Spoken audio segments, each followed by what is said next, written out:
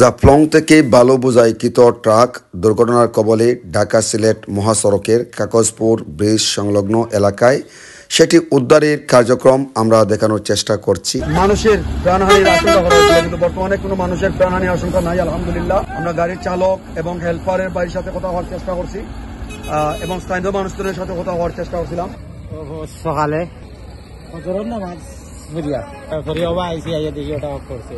কোনো মানুষের ক্ষয়ক্ষতি হয়েছে নি জানেননি? না, ক্ষয়ক্ষতি হয়েছে না।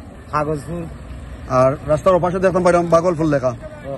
পাগলপুর আর ওবাজু কাগজপুর, ওবাজু সাধুপুর ইউনিয়ন আর ওবাজু গলাবাজার ইউনিয়ন, সাধুপুর ইউনিয়নও করছে। আলিয়া ছিল যেটি আসলে মানুষের ভবন তৈরি কিংবা বাড়িঘর নির্মাণ, এমনকি রাস্তাঘাট কিংবা ব্রিজ খালবাট তৈরি করতে হলে যে বালির প্রয়োজন, সেই বালিটি আমরা দেখতাম পাইলাম। প্রিয় দর্শক, ঢাকা সিলেট মহাসড়ক কাগজপুর ব্রিজ সংলগ্ন 2 নম্বর সাধুপুর ইউনিয়নের দুর্ঘটনার বিষয়ে স্থানীয় মানুষজন যা বলছেন।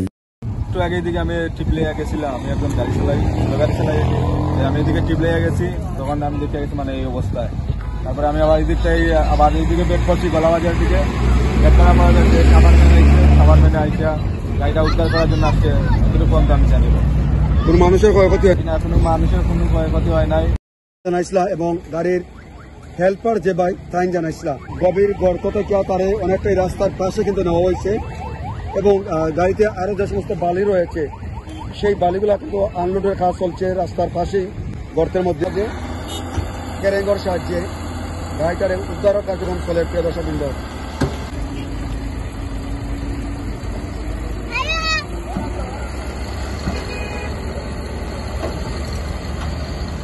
দেখতে পাই আসলে উদ্ধার কার্যক্রম চলে আলহামদুলিল্লাহ। গভীর গর্ত থেকে কিন্তু তারপরে একেবারেই রাস্তার পাশে কিন্তু রাস্তার উপরে কিন্তু নেওয়ার চেষ্টা চলে আলহামদুলিল্লাহ। আলহামদুলিল্লাহ দেখতে পাই প্রিয় দর্শকবৃন্দ,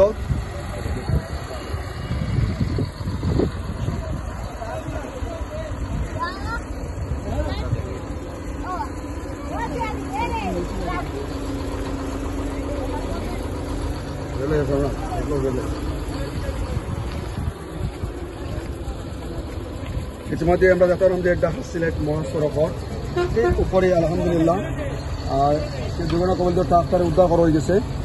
তবে গাড়ির ট্যাঙ্কি থেকে টাকার ট্যাঙ্কি থেকে তেল ভরে দেখতে পাই যে ডিজেল ব্যবহার করা হয় সেই ডিজেলটা কিন্তু পরে আপনারা দেখতে পাই। আমরা আছি আপনার লগে ঢাকা সিলেট মহাসড়ক এই জায়গা থেকে আমরা লেগে আসুন আপনারা মতামত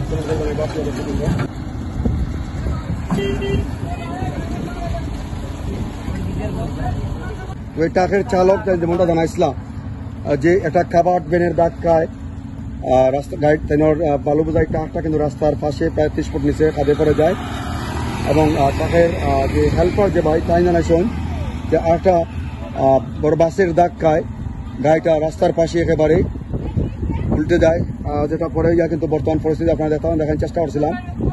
তবে কোনো মানুষের ক্ষয়ক্ষতি হয়নি। তবে যদিও ট্রাকের যে পণ্যবাহী ট্রাক যেটা আমরা খুঁজলাম যে জাফলং থেকে 500 ফুট বালি নিয়ে কিন্তু কুমিল্লার নাঙ্গলকোট এলাকায় যাওয়ার কথা রয়েছিল।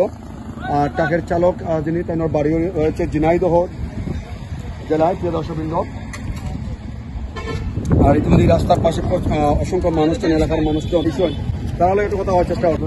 জানছি আমি দেখতে পারছি ড্রাইভার ভাই যে নেই, ওনার সাথেও কথাবার্তা বলছি ভাই গাড়িটা সুন্দর দিকে চালাইবেন, এবার আপ চালানোর কোনো প্রয়োজন নাই, অস্ত্র দিকে চালাইবেন। যত ময়লা আপনারা মোটর লাইনে উঠে গেছেন, বিপদ আবার তো কিন্তু কয়ে আসে না। মা বাবারি উঠতে আসছেন, মা বাবার উড়ে আবার যাবাতে মানে আপনারা মা বাবার উড়ে যেতে পারেন, ওইভাবে চলাফেরা করবেন। বেশি রাত দৌড়ানোর কোনো প্রয়োজন নাই। যত গতি ততই গতি, দ্রুত গতিতে গাড়ি না চালিয়ে ধীর গতিতে গাড়ি চালালে দুর্ঘটনার কবল থেকে আল্লাহ পাক হেফাজত করেন এবং নিজে নিরাপদ থাকবেন, যাত্রী নিরাপদ থাকবে, পরিবার পরিজন নিরাপদ থাকবে। এই বিষয়টি কেউ দেখছেন? ঠিক আছে, আপনার কথা মানে অনুযায়ী আমি আপনার কথায় এক কথা হচ্ছি।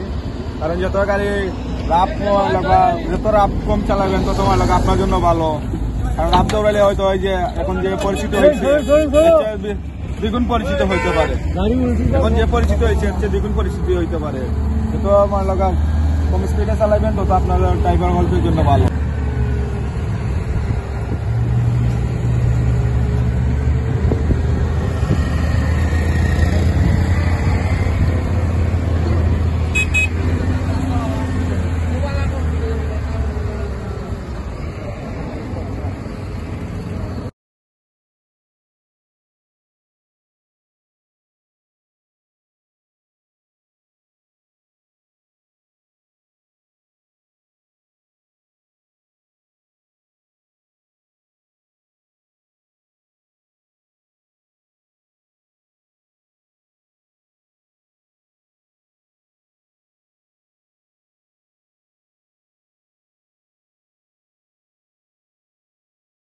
অর্থাৎ বালু বোঝাই ট্রাক।